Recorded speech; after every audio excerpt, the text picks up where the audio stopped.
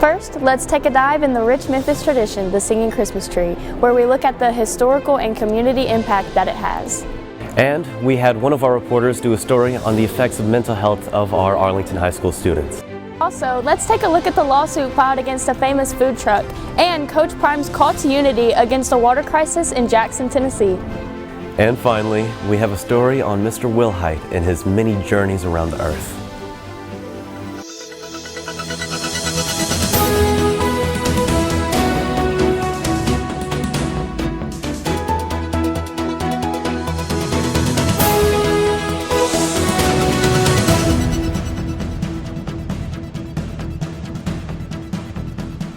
Welcome back to This Is Arlington, Arlington High student-produced television show. I'm Ashton Gillespie. And I'm Matthew Donahoe. On this episode of This Is Arlington, we are going to give you updates on national news as well as local stories around Arlington and its community. We don't want to keep you waiting any longer. This Is Arlington starts now. Ground has been broken on the new Arlington freestanding emergency hospital. Baptist has started construction on the new 35,000 square foot facility on Airline Road. The site will house Baptist Medical Group primary care offices, a medical imaging center, and a freestanding emergency department. The 8-room emergency department will consist of lab, x-ray room, ultrasound, CT, and respiratory therapy services. It will be open 24 hours, and there is so much room for future growth. This will be available for Shelby, Fayette, Tipton, and other counties around the Memphis metro area. We've got big news for all of you AHS music fans out there. Our very own AHS Orchestra will perform their winter concert this Thursday, December 8th. Come out and support our Music Tigers for a great evening of entertainment. The concert will start at 7:45. It's almost December, and y'all know what that means. Exams are coming up. Exams will be taken the week of December 14th through the 16th. You can be exempt from taking exams if you have a semester average of 90 or higher, and if you have 5 or fewer excused absences. Any unexcused absences will require you to take exams. If you are exempt and still want to take exams, you may do so. Start studying and good luck, Tigers. The Student Ministry and Advocates for Human Rights held a collection drive last month for the Memphis Union. The two clubs collected items such as clothing and toiletries. Seeing both of these groups come together for the common goal of helping people in need is truly a sight to behold. Thank you to everyone who collected and donated items for this great cause.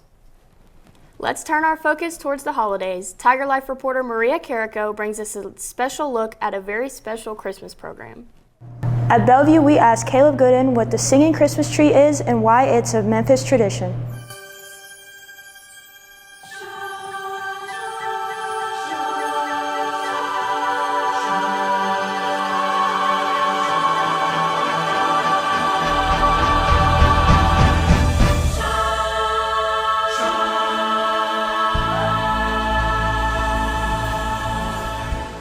So the Singing Christmas Tree is our big Christmas production that we do every year at Bellevue, except for 2020, which is the year that the tree drifted away due to COVID. But it's back, so it's good. And so the Singing Christmas Tree has been a production that we've done here for close to 50 years now. And so it's sort of morphed and changed over the years, but it's always been really driven by our student choirs. And our orchestra. So our student choirs are the ones who primarily lead the production. They're in most of the big performance groups.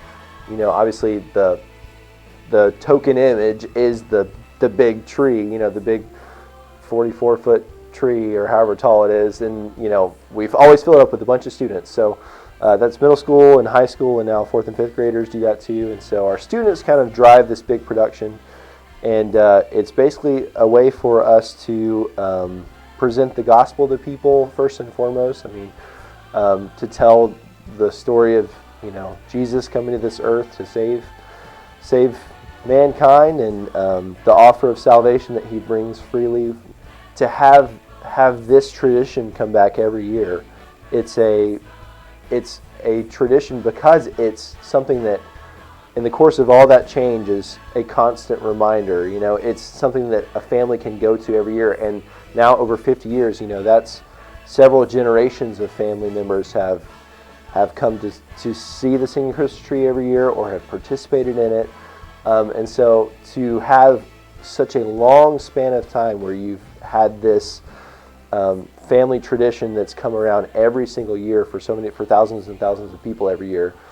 It just becomes a community staple. It becomes something that people want to return to because it's that feeling of comfort and nostalgia, you know. So I think that's part of it. It's just been such a long-running thing, and so it's become naturally just sort of ingrained in people's Christmas traditions and families, and you know, it's something that you can take the whole family to and just have a fun, enjoyable time together, hear the truth of the gospel, which, you know, there's a lot of stuff now that's just not something you can take your whole family to. So this is one of those exceptions to that. I think that's probably part of it.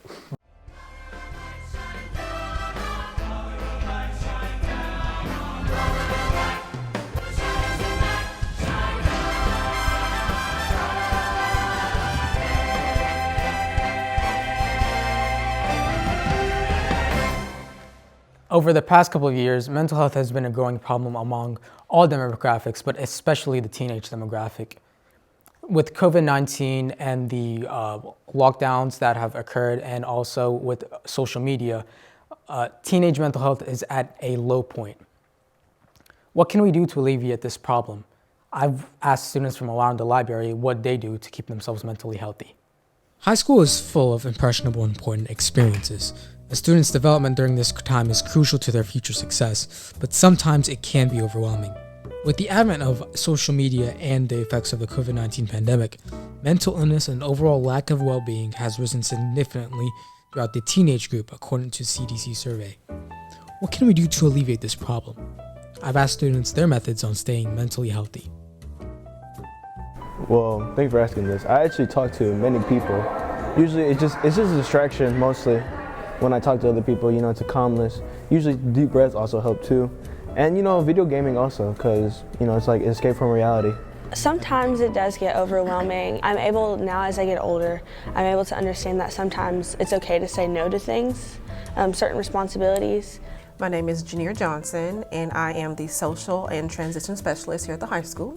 In short, I am the social worker. We live in a digital world, and everything is on the internet, and I think students are struggling with human interaction, just not knowing how to talk to people and have conversations, especially those difficult conversations. So there are stressors with wanting to belong, so a lot of stress with the relationships, whether that be romantic or platonic. So I do a lot of role plays with just having a conversation. How do you let someone know when you've been hurt or they've hurt you in a nice way without being confrontational? There are lots of coping skills that students can do. Literally, as long as you're not hurting yourself, others, or property, it can be anything. So I just want to let students know that I am available. Directly across from the cafeteria exit, please come see me if you have any thing that you're dealing with and you need to kind of process it. Try to stay happy. Always change your mind of thinking, because your mind is the most powerful thing to have to do. Yeah. Now it's time for our local news update. Here's Tiger Life reporter Noah Sershin.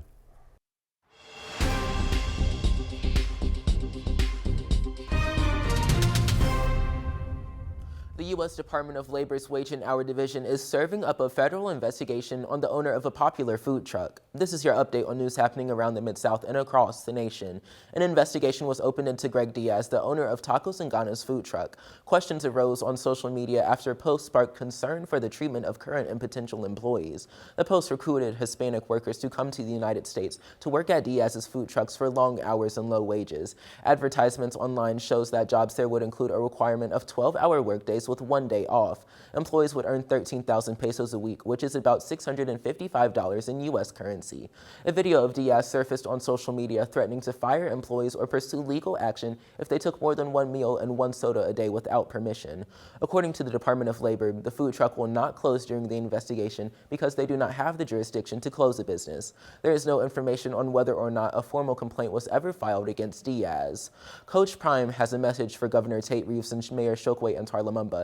He says that they should, quote, huddle up and fix Jackson's water crisis. In a video posted on social media, Jackson State University head football coach Deion Sanders says the university is again without water and is urging two elected leaders to put their differences aside and do what's best for the people of Jackson. And we have some good people here in Jackson, Mississippi. All they want is hope. But dealing with this water mess consistently, that dissolves hope instantaneously. A large water line break occurred in the capital city, leaving people in that area of JSU's campus and residents of South Jackson with little to no water pressure. A city spokesperson says the leak is in Jackson's distribution system and is not connected to any issues with the treatment plants. With a look at news happening in the Mid-South and across the nation, I'm Noah Sershin, AHS Tiger Life News. There are so many teachers here at AHS who go above and beyond for their students. For this teacher feature, we will spotlight Joel Wilhite and take a closer look at his field trips to Japan. Hi, my name's Brie Alvarado. This week we were able to sit down with local teacher Mr. Wilhite. He was able to share more about himself and the trips he's taken to Japan over the years with the school. Let's take a closer look. I'm Joel Wilhite. I teach World History, Standard, and Honors. I teach AP World History and European History and Honors Humanities. I grew up in Louisiana, ironically in the same parish as Senora Robinson, although we didn't know each other. That's kind of crazy. I've been teaching for 28 or 29 years. I had to do the math. I like to travel a lot. That's probably the biggest thing that I enjoy doing. I like traveling in Japan. Japan, I enjoy it, and I enjoy taking students to Japan. I have been through most of Europe. Some places I still would like to go. I'd like to go to India. I'd like to go to Brazil. I'd like to go to South Africa. And I haven't been to Scandinavia. And I'm hoping, not this summer, but next summer, to walk the Camino de Santiago, the couple 100-mile walk in Spain. Originally, my plan was to take students every other year, but because things have been off because of COVID, I'm going this year. And then in 2023, and then 2024, I'm doing a tour that includes both Japan and South Korea. I think, number one, learning about other cultures, but you also learn about yourself. You learn about your own culture because you don't really realize all the things that you do and why you do them and how you do them until you're in another environment where people do things differently. It's sort of like spending the night at a friend's house and you realize, oh, their family does something that my family doesn't do. Well, the same thing about cultures around the world. And so, we can learn from those cultures. Some things we may think they do better than we do, and some things we're going to think we do better than they do, but it opens up your world to other options and other ideas. I mean, that's really just crazy. He seems like an amazing teacher, and I personally haven't ever had him, but my brother had him, and he said that he was just the best. He would talk about his trips like all the time, and the workload was apparently kind of a lot, but it seems like he really cares for his students. Did you ever have any really caring teachers? Yes, actually, Coach White is my favorite teacher. I hated history before that, and then I walked into Coach White's room, and now I love it, so. That's awesome. Well, thank you all so much for watching This Is Arlington. We hope you enjoyed the show. Turn on post notifications to see when This Is Arlington comes out with another episode. From all of us at AHS Tiger Life, goodbye, and we will see you next time.